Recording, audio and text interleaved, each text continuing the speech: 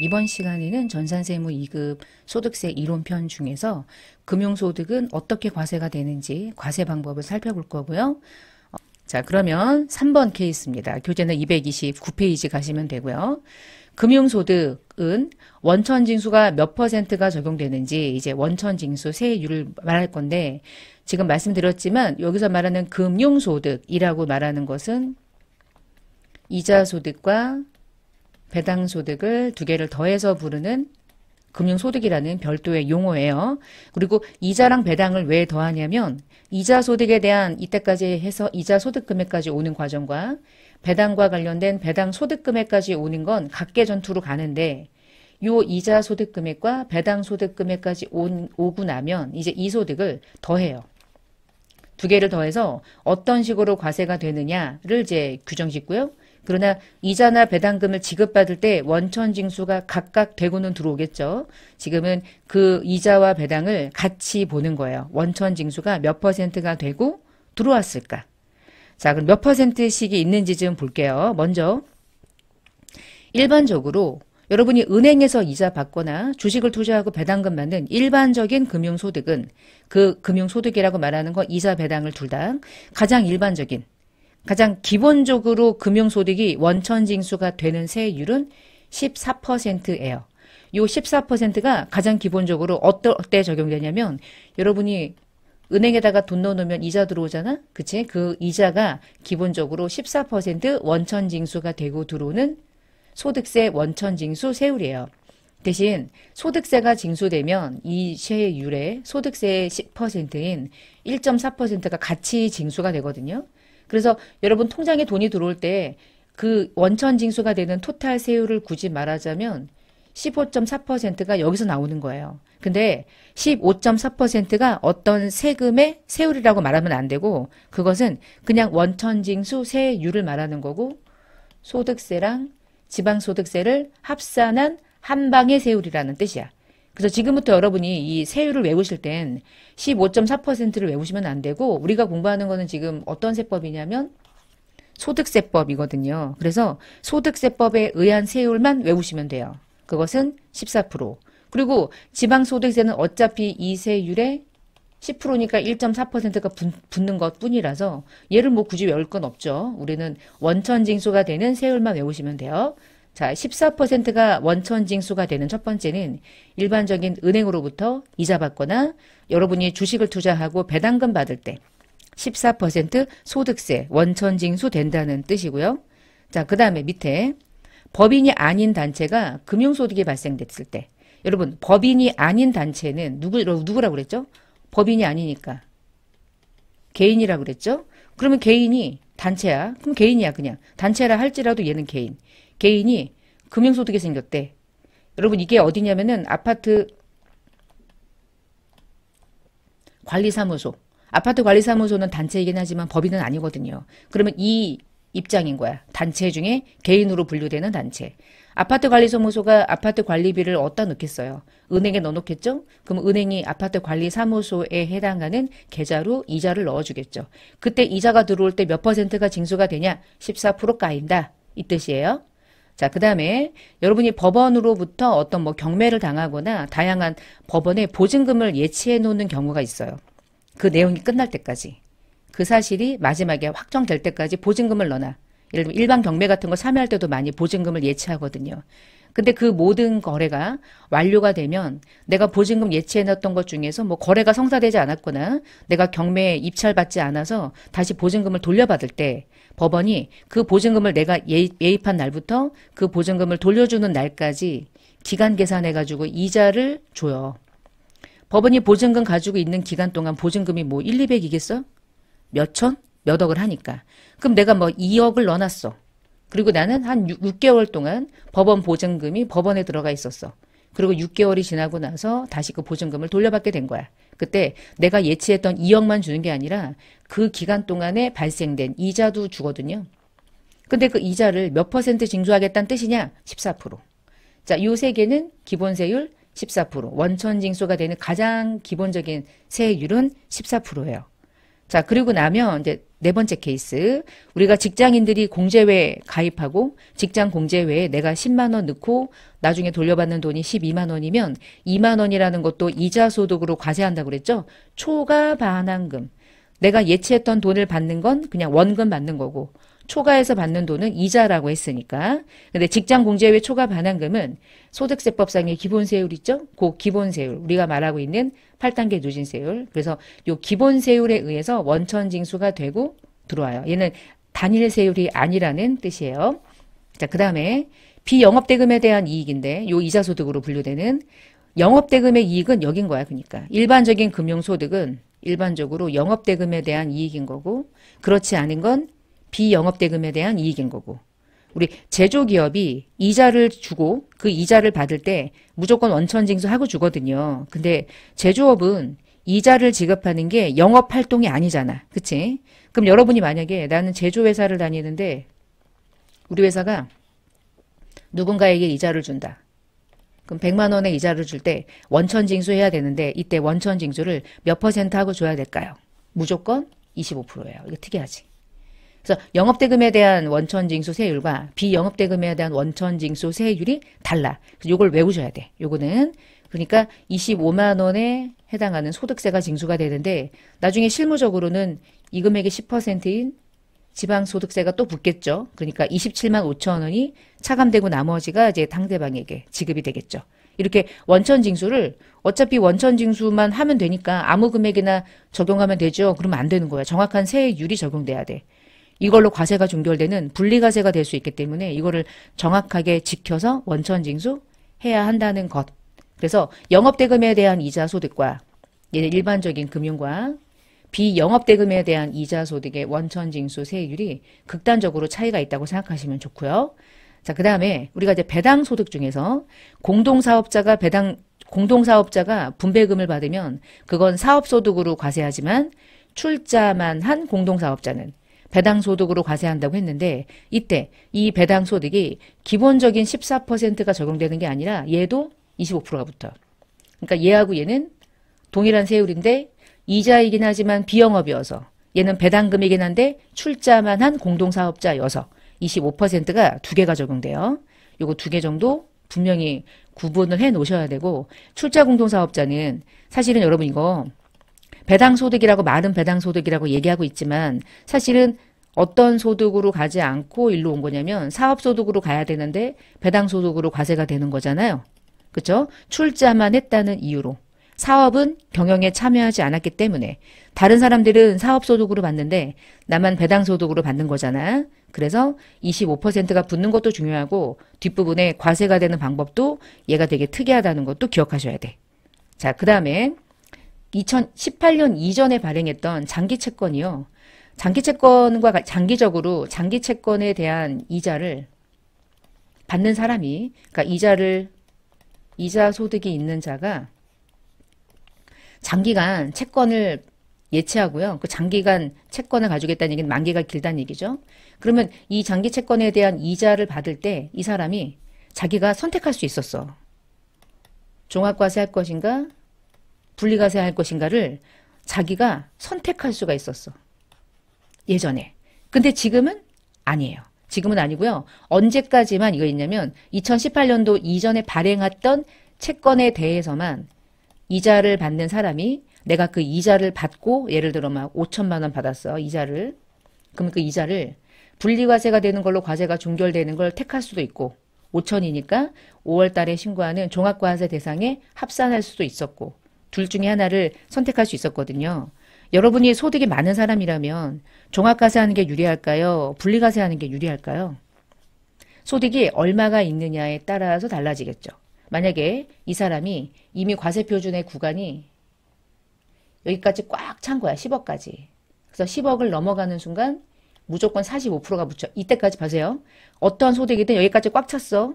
더 찼으면 이제부터 100만 원이 들어오든 200만 원이 들어오든 이제 45%만 붙는 꼴이지. 그치? 지금부터 모든 소득은 45%가 붙는 거야. 이제부터. 제한 없이. 근데 이 사람이 딱 여기까지 모든 소득이 꽉 차 있어. 얘가. 그러면 분리과세가 나한테 유리하려면 분리과세가 되는 세율이 몇 퍼센트냐를 봐야죠. 근데 30%였어. 그러면 30%로 과세가 종결되는 분리가 유리합니까? 아니면 죽었다 깨도 종합과세 합산과세하는 게 이 5천만 원에 대해 유리합니까? 이 사람은 지금 45%가 붙는 사람이거든. 그럼 5천만 원이 들어오는 순간 45%가 무조건 전액에부터. 왜냐하면 밑에 다 깔렸으니까 소득이. 더 이상 이거를 초과 누진세율이라는 게 의미가 없는 게 다 초과됐어. 딱 10억까지 찬 거야.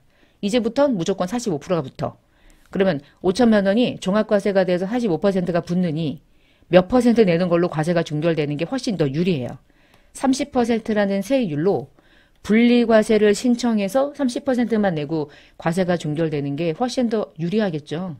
그러니까 이 제도는 사실상 누구를 위한 제도냐? 돈 많은 사람, 부자.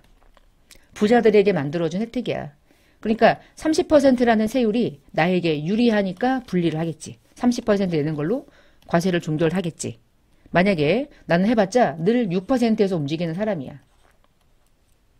그러면 이 장기채권에 대한 이자를 분리과세 하겠습니까? 바보 멍청이겠어? 나는 6%만 내면 돼. 여기밖에 없어. 근데 얘가 들어와도 여기서 움직여. 높아봤자 15%야. 그러면 15% 내는 게 유리하지. 종합과세 신청해서 8단계 누진세율에 이 5천을 집어넣는 게 유리하지. 30% 내는 걸로 과세가 종결되는 분리과세를 신청하는 게 유리할 리가 없어요. 그러면 무슨 얘기냐면 이게 유리하냐 불리하냐는 내가 종합과세 하는 대상자의 입장에서 얘가 종합과세가 될 때 몇 퍼센트를 내가 부담해야 되는 자인지 확인해서 30%보다 높게 세율이 붙는 사람이면 분리가 유리하고 30%보다 밑에서 움직이는 사람이면 종합이 유리하겠죠. 그래서 선택하는 거야. 신청하는 거니까. 그러니까 그런 제도가 옛날에 있었어. 근데 지금은 2018년도 이전이 아니라 2018년 이후에 발행된 채권에 대해서는 분리과세 신청 못해요. 그 이유권은 다 폐지됐어. 그러니까 현재는 거의 없는 제도. 그러나 알고는 계시고 30%라는 세율이 존재했다는 거니까. 자, 그 다음에 이제 비실명이라는 이름이 하나 뜨는데요. 여러분이 은행에서 거래할 때 내 이름이 이제 제 이름이 박명희잖아요. 제 실명이에요.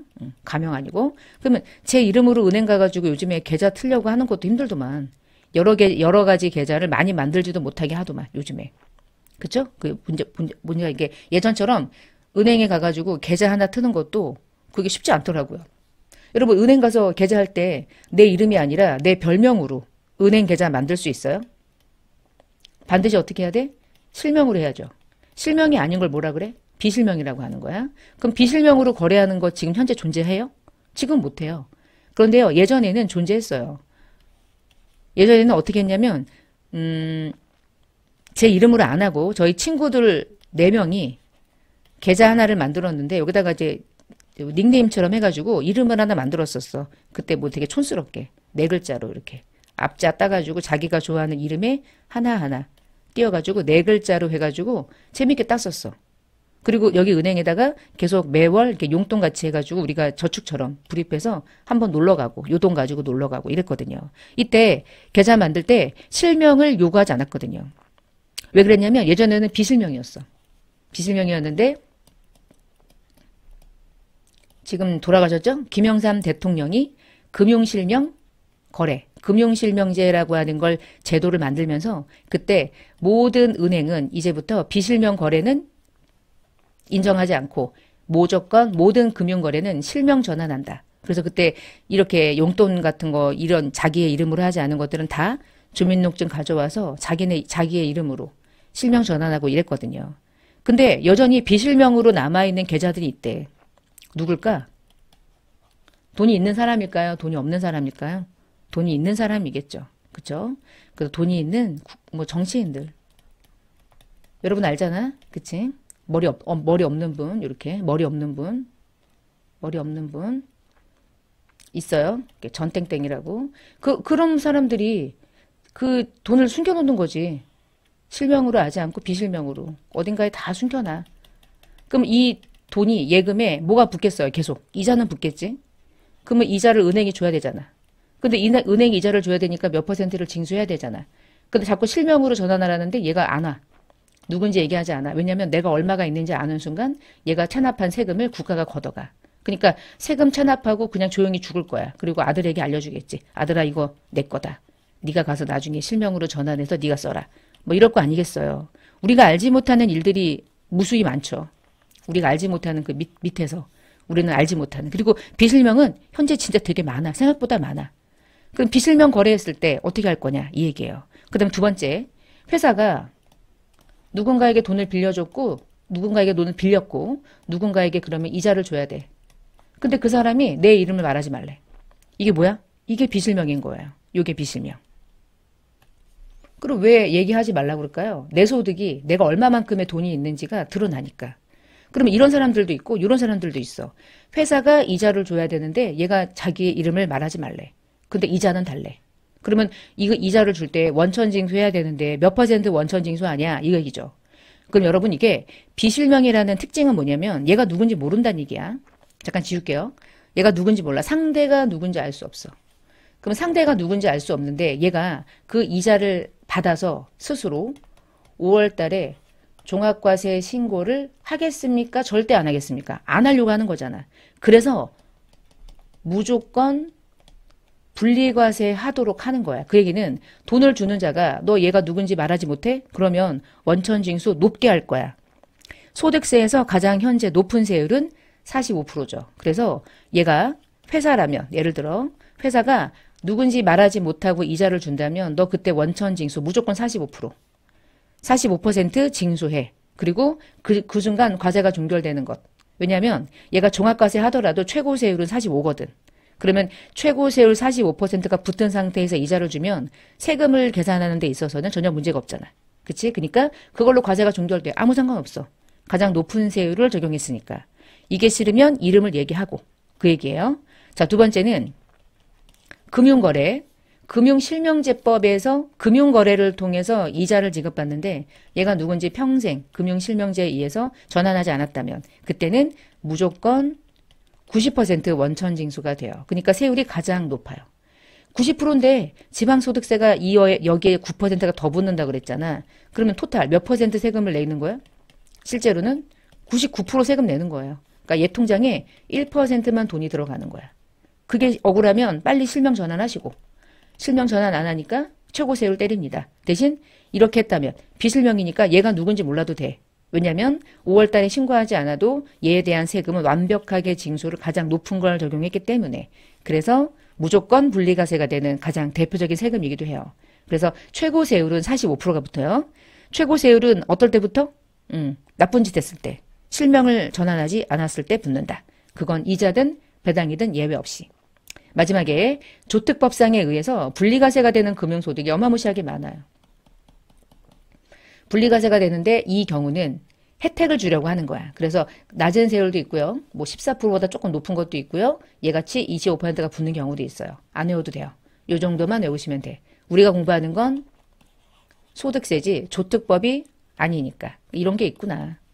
나머지 분리과세가 되는 금융소득에 특별하게 더 추가적인 어떤 특례를 적용해주는 조특법에 의한 금융소득이 세율이 다른 게 적용될 수는 있겠구나. 근데 여러분이 시험 볼 때는 요걸 외우시면 돼요. 이렇게. 요거는 반드시 시험에도 많이 나와요. 다음 중 세율에 해당하는 내용 중에 잘못 짝지어진 것을 찾으시오. 이런 식으로 곧잘 나오니까. 자, 그 다음에 이제 네 번째로 갑니다.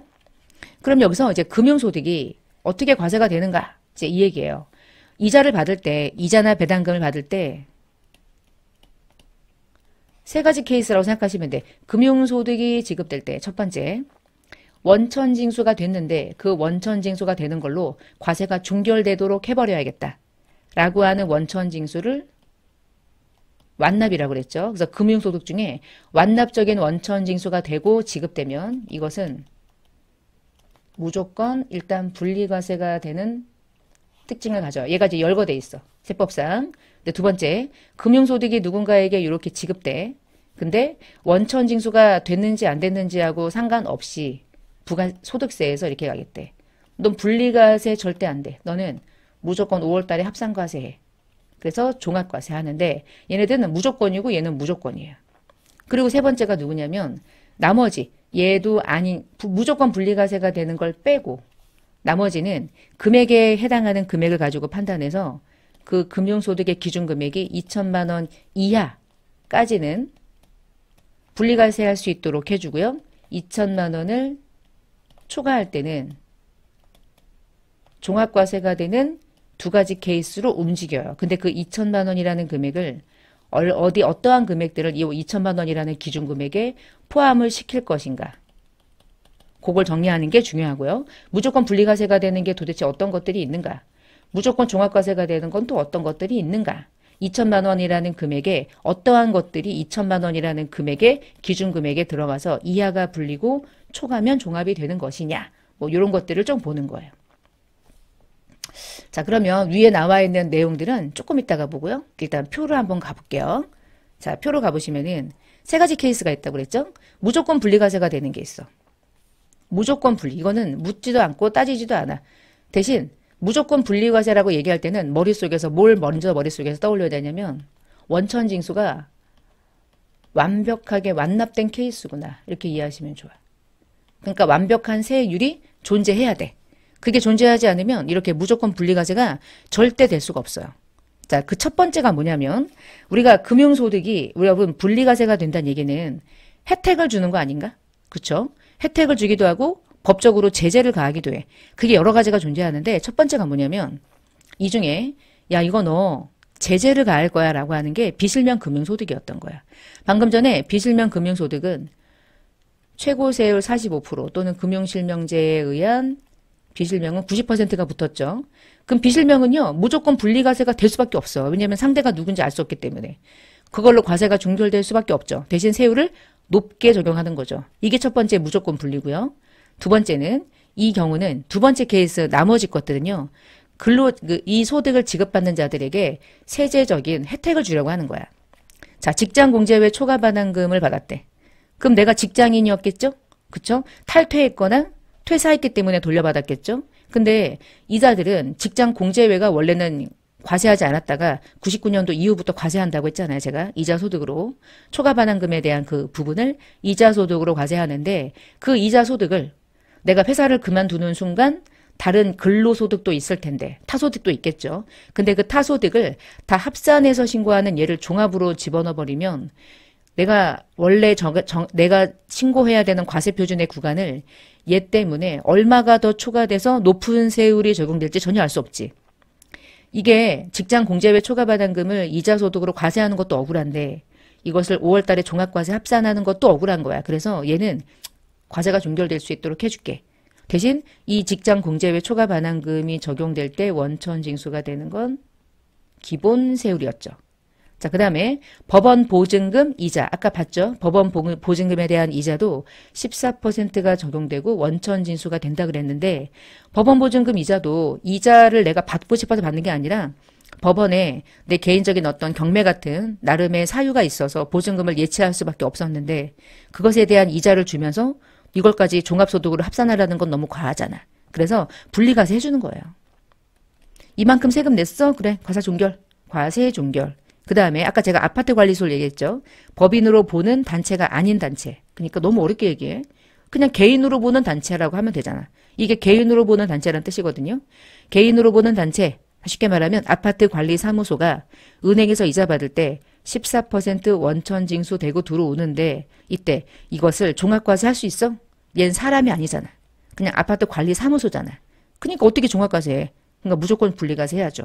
그리고 아까 30%짜리 붙는 장기채권 중에 얘는 2018년 이전 발행분이었죠. 이게 조특법 또는 분리과세가 신청이 된 장기채권에 대한 이자. 얘 30% 붙는다고 했는데 얘는 이미 예전 제도이긴 하지만 알고는 계셔야죠. 2018년 이전 발행분이야. 가입이 아니라 발행했던 채권을 구매했을 때. 그 이자를 지급받을 때. 그러면 무조건 분리과세는 암기하셔야 돼. 외워지지 않아도 어느 순간 외워질 거야. 왜냐면 야, 이 정도는 근로자에게 얘 혜택, 얘 혜택, 얘 혜택. 얘는 혜택이라기보단 어쩔 수 없지. 분리 안 하면 어떡할 거야? 종합과세를 어떻게 해? 얘는 사람의 이름이 아니잖아. 주민번호가 없잖아. 그치? 얘는 분리과세 애초부터 선택했었어. 그럼 그냥 분리인 거야. 태생이. 얘는 법원 보관금하고 직장 공제외 초과 반환금까지는 종합과세 하는 거 너무 억울하잖아. 그쵸? 비실명은 어쩔 수 없이 분리가 되는 거야. 이렇게 그냥 이해하시면서 나름의 암기를 이해를 토대로 좀 하시면 좋죠. 자, 여기까지가 누구요? 무조건 분리과세인 거야. 얘는 무조건 분리과세. 그러면 반대로 가는 거야. 이제 완전히 반대. 자, 두 번째는요. 무조건 종합이래. 여러분 무조건 종합은요. 어떻게 이해하시면 좋냐면 내가 이자나 배당금을 받았는데 원천징수가 안 되고 다 들어온 거야. 상대가 실수했어. 예를 들어 상대가 실수해서 원천징수가 안 되고 다 들어왔어. 그러면 어떻게 해야 돼? 분리과세를 할 수가 있어요? 원천징수가 되질 않고 돈이 다 들어왔으니까 어떻게? 본인이 알아서 5월 달에 이자소득이랑 배당소득에 대해서 합산과세 해야지 뭐. 그래서 무조건 종합과세 하는 거예요. 그 첫 번째가 국내든 국외든 원천징수가 안 되고 금융소득이 들어왔대. 이 경우야. 그럼 어떻게 분리과세를 내가 할 수 있나? 못하지. 무조건 종합과세 해야죠. 이 경우는 어쩔 수가 없어. 종합과세 할 수밖에 없는 구조고요. 그 다음 두 번째 아까 제가 출자만 한 공동사업자는 그 공동사업자의 이름으로 소득을 지급받을 때 그 소득은 사업소득이 아니라 배당소득으로 받는다고 했죠. 자, 근데요. 출자 공동사업자를 제가 설명드릴 때 A하고 B하고 C가 있다. 근데 A가 받은 소득은 경영에 참여했기 때문에 사업소득이고 B도 경영에 참여해서 사업소득인데 C는 경영에 참여하지 않고 출자만 했기 때문에 배당소득으로 받았다라고 했어. 근데 소득의 유형은 달라졌죠. 근데요. 사업소득이나 이 사업소득은요. 나중에 사업소득 공부할 때 어떤 식으로 과세가 되냐면 무조건 종합과세가 돼요. 사업소득은요. 분리과세가 되는 게 일단 없어요. 무조건 5월달에 합산과세 해야 돼. 예외가 없어. 무조건 종합과세야. 그러면 C는 경영에 참여하지 않아서 소득의 유형이 배당소득이 되긴 했는데 배당소득이 됐는데 얘가 얼마 이하에 해당되면 분리과세가 되는 혜택을 줘버리면 얘가 분리가 될 수 있게 혜택을 줘버리면 얘네들도 꼼수해가지고 배당소득을 받는 것처럼 자기가 사업을 했으면서 경영에 참여하지 않은 것처럼 거짓말로 신고할 수도 있어요. 왜냐하면 분리과세로 신청해서 신고하는 게 오히려 유리할 때가 있거든. 종합과세 하는 순간 타소득이 있다. 그러면 거의 기본적으로 30%가 넘어갈 수 있잖아. 근데 배당소득으로 받아봤자 아까 몇 퍼센트 원천징수 됐죠? 그치? 25%야. 25%만 세금 내고 과세가 종결되는 분리과세가 되는 혜택을 주면 큰일 나잖아. 그래서 앙하게 한 거야. 아, 너는 배당이긴 한데 너는 분리과세를 절대 할 수 없게 너는 아예 막아놓을 거야. 너는 무조건 종합이야. 얼마를 받았든. 그러면 이때 25%는 완벽한 세금이에요. 미리 낸 것에 불과해요. 얘는 그러니까 이제 예납이 되는 거지. 완납이 될 수가 없다. 그래서 얘는 사업이고 나는 배당이니까 가는 길이 다르구나. 아니야. 알고 보면 얘도 무조건 종합과세야. 단 얘는 사업소득이고 얘는 배당소득이 될 뿐이지. 그건 달라. 그러나 과세가 되는 방식은 결국 같아지는구나. 5월 달에 합산과세에서 다른 소득과 얘가 무조건 더해지면 과세표준 구간이 올라가겠죠? 올라가면 세율이 높아지겠지? 높아진 세율을 붙여가지고 세금을 거두려고 하는 거지. 그렇게 이해해서 외워야지. 그냥 출자 공동사업자의 배당소득은 무조건 종합과세. 외우자 밑줄치고 외우자 동글뱅이를 치자. 이래버리면 좀 그치? 우리 좀 촌스럽잖아. 그러니까 무조건 얘는 이해를 하고 외우시면 돼. 얘는 원천징수가 안 됐기 때문에 분리를 하고 싶어도 할 수가 없어. 그래서 무조건 종합이야. 얘는 다른 친구들은 사업인데 나는 배당인데 나도 분리가 되는 건 그건 막기 위해서. 무조건 과세되는 방식은 둘 다 무조건 종합과세가 될 수 있게 바꿔놓았다. 이렇게 생각하시면 돼요. 그러면요. 요거 두 개는요. 요렇게는 무조건 분리. 요렇게는 무조건 종합. 두 개가 달라. 자, 그리고 나면 얘도 아니고 얘도 아닌 나머지 찌끄레기들이 있을 거 아니야. 그 나머지 찌끄레기들의 가장 대표적인 특징이 뭐가 있을까? 나머지 찌끄레기들. 그게 저거예요. 은행에서 이자 받는 거. 여러분 그냥 은행에서 예금이자 받는 거. 이거 아니잖아. 이거 아니잖아. 아니지. 우리나라 은행에서 이자 줄 때 원천징수가 안 되고 들어와? 아니, 절대로 이런 일은 없어. 무조건 원천징수 되고 들어와. 그러면 당연히 이제 세 번째 케이스에 요 은행에서 받은 이자 같은 것들이 다 요 안으로 들어가는 거예요.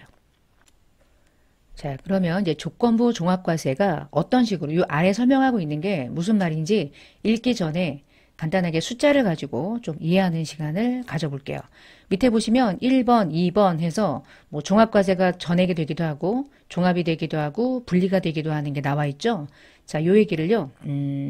숫자를 가지고 얘기하고 또 한번 대입해보고 요렇게 저렇게 한번 해볼게요.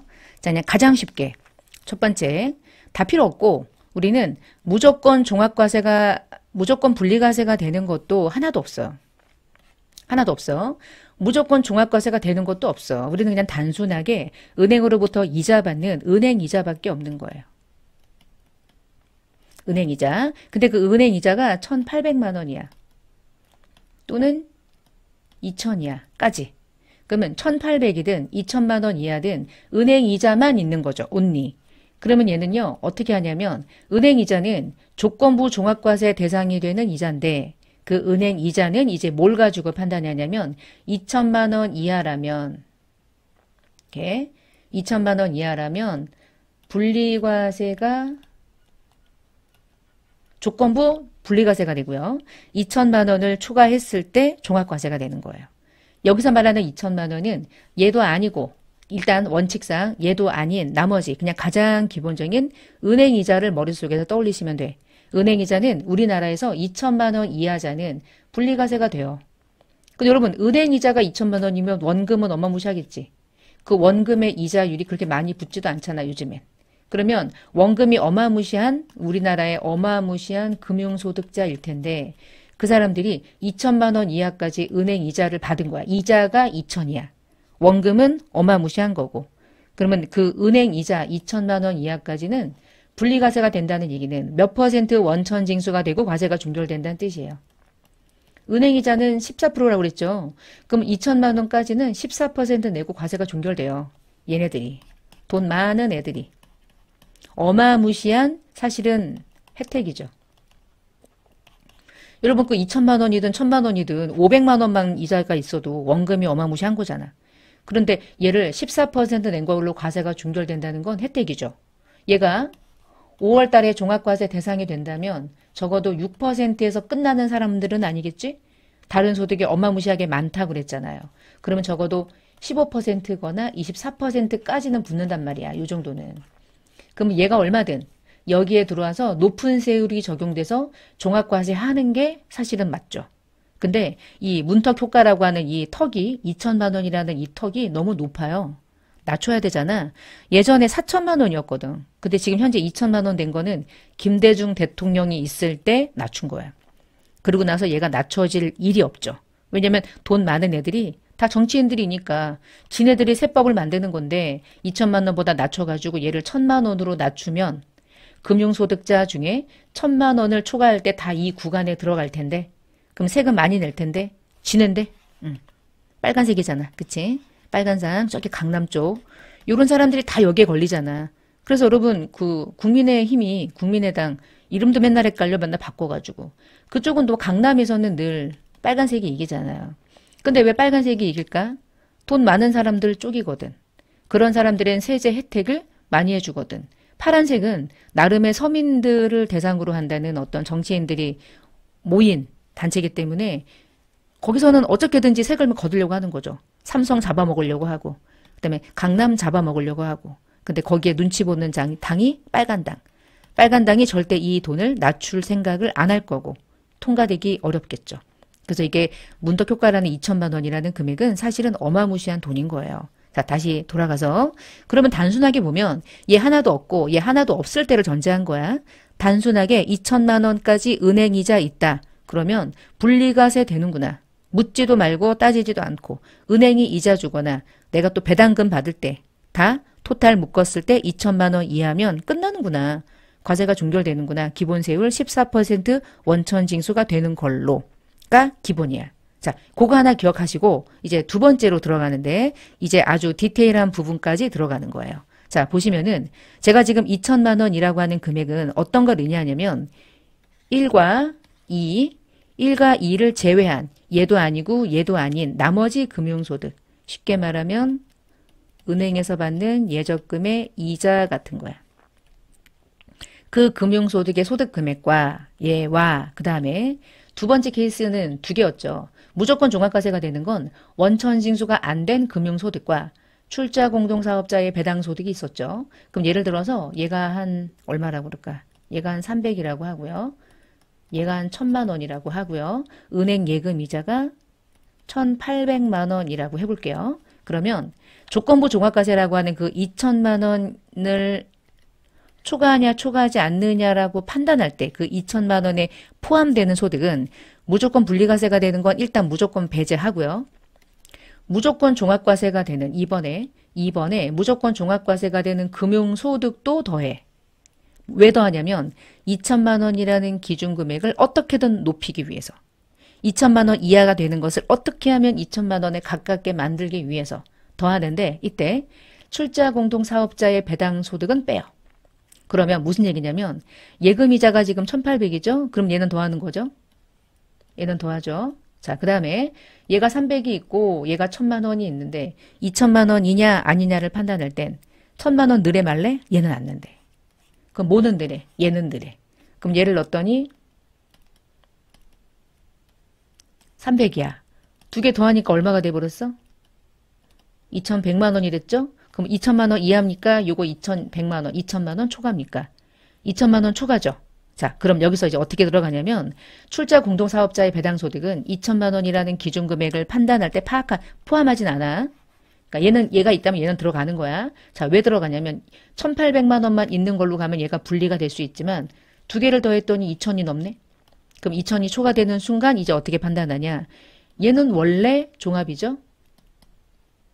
근데 요 1,800만 원은 얘와 얘를 더한 2천만 원의 초과분에 해당되기 때문에 이 경우에는 이제 종합과세가 되는 거야.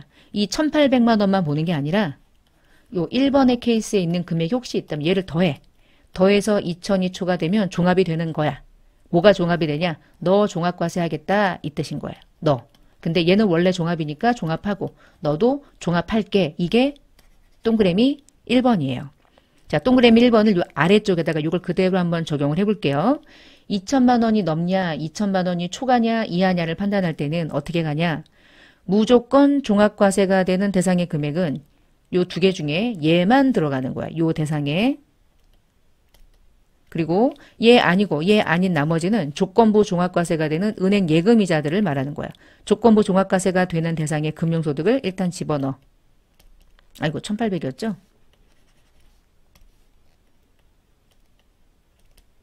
두 개 더해보니까 2천이 초과되네. 그쵸? 2,100만 원이 초과되죠? 그러면 둘 다 종합과세 하는 거야. 얘는 원래 종합인데 얘가 종합이 된다는 거죠. 그게 특이한 거지. 이것만 가지고 2천만 원 이하구나를 판단하진 않는다는 거야. 판단 기준은 무조건 종합과세가 되는 출자 공동사업자를 뺀 나머지를 합산해서 판단하겠다.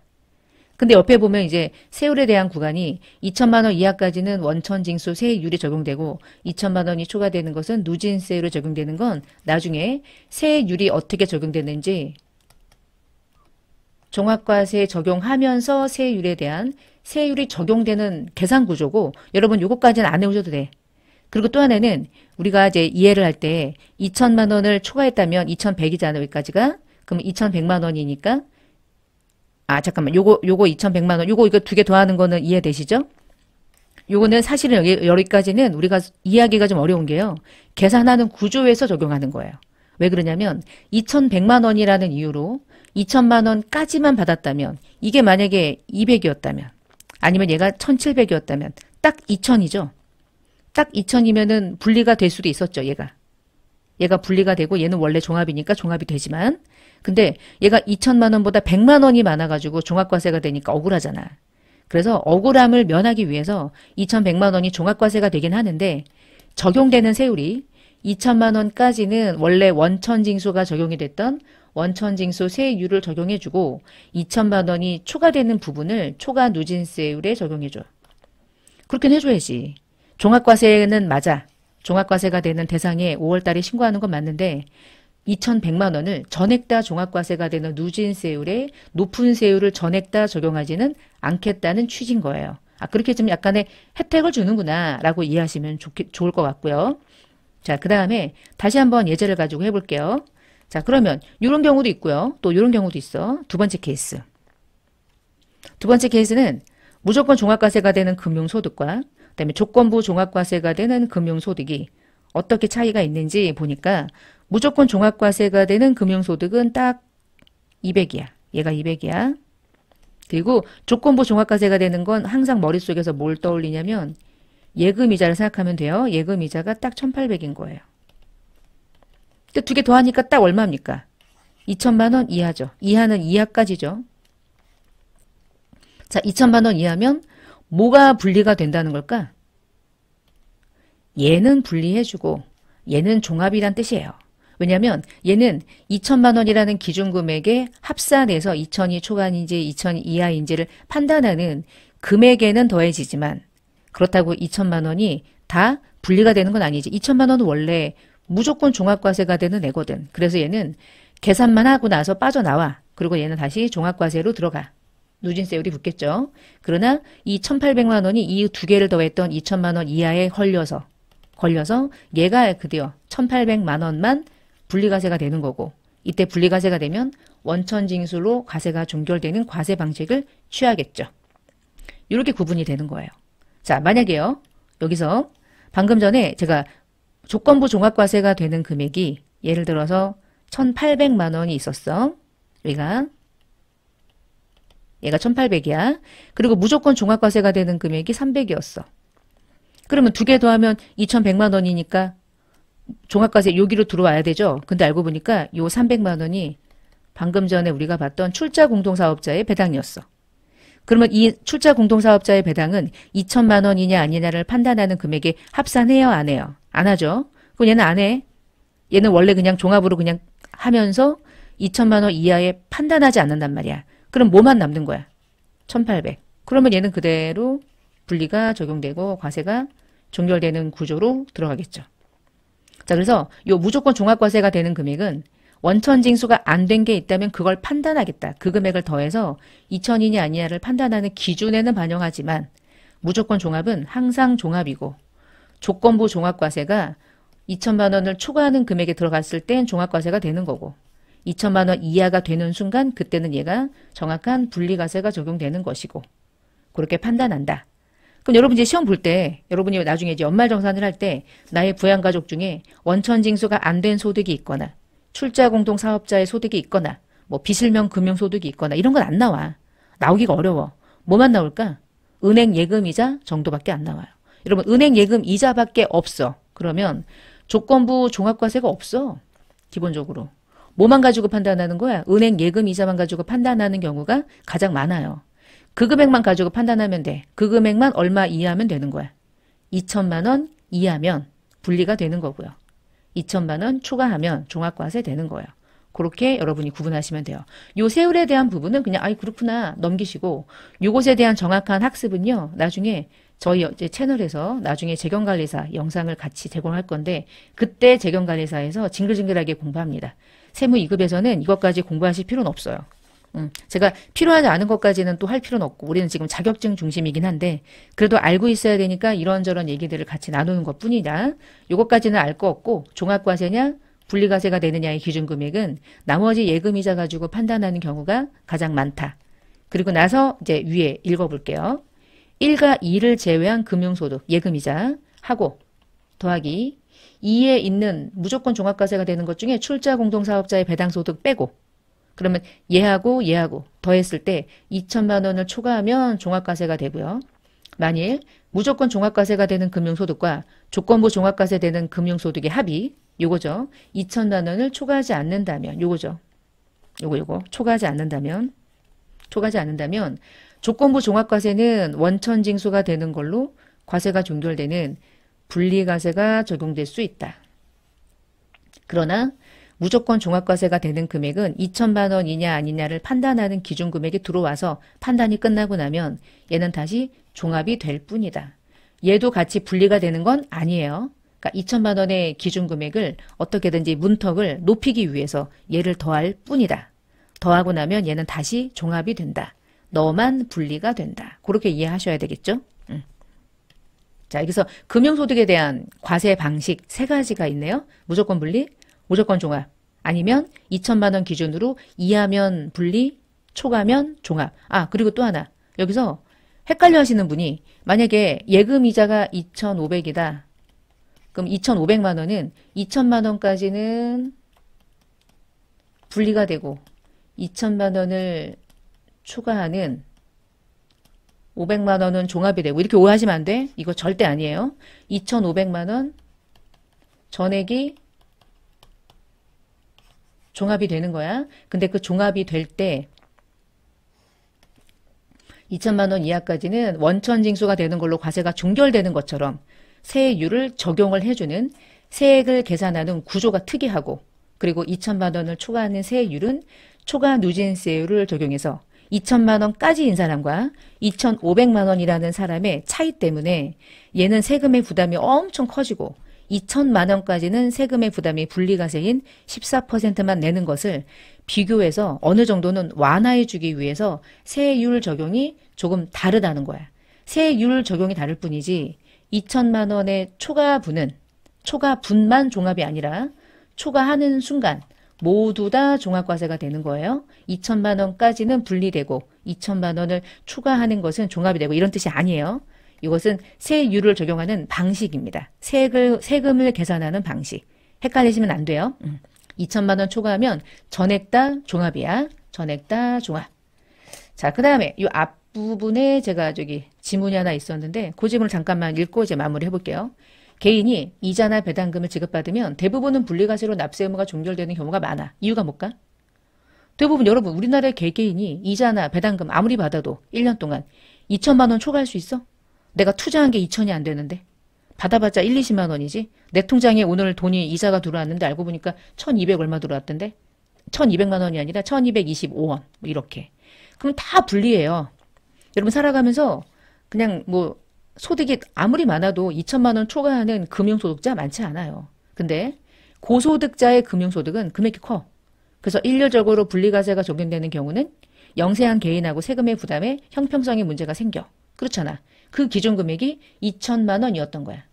그래서 금융소득이 2천만 원 이하까지는 분리과세가 되는 걸로 과세가 종결되게 해주고, 금융소득이 2천만 원을 초과하는 경우에는 초과분에 대해서는 종합과세가 된다라고 하는 건데, 그 초과분이라는 건 2천만 원을 초과하는 모든 금액이고요.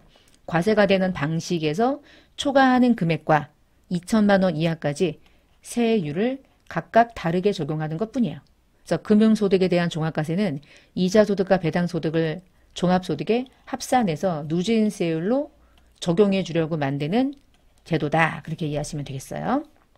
자, 여기까지가 금융소득에 대한 과세 방법이었습니다. 시험에 곧잘 나오는 건 무조건 분리, 무조건 종합, 조건부 종합 이렇게 해서 세 가지를 맞게 짝지어진 것을 찾으세요. 이 경우 많이 나오니까 그걸 판단할 수 있는 요 아래쪽에 지문 있죠? 무조건 분리를 세트로 구분하시고 무조건 종합을 구분해서 암기하시고 나머지는 예금이자, 순수한 예금이자 정도겠구나. 그렇게 판단하시면 시험 목적상으로는 큰 문제가 없지 않을까 생각이 듭니다. 그리고 원천징수 세율 다양했죠. 그거 반드시 암기하셔야 되고요. 자, 이번 영상은 금융소득에 대한 영상이었습니다. 마치겠습니다.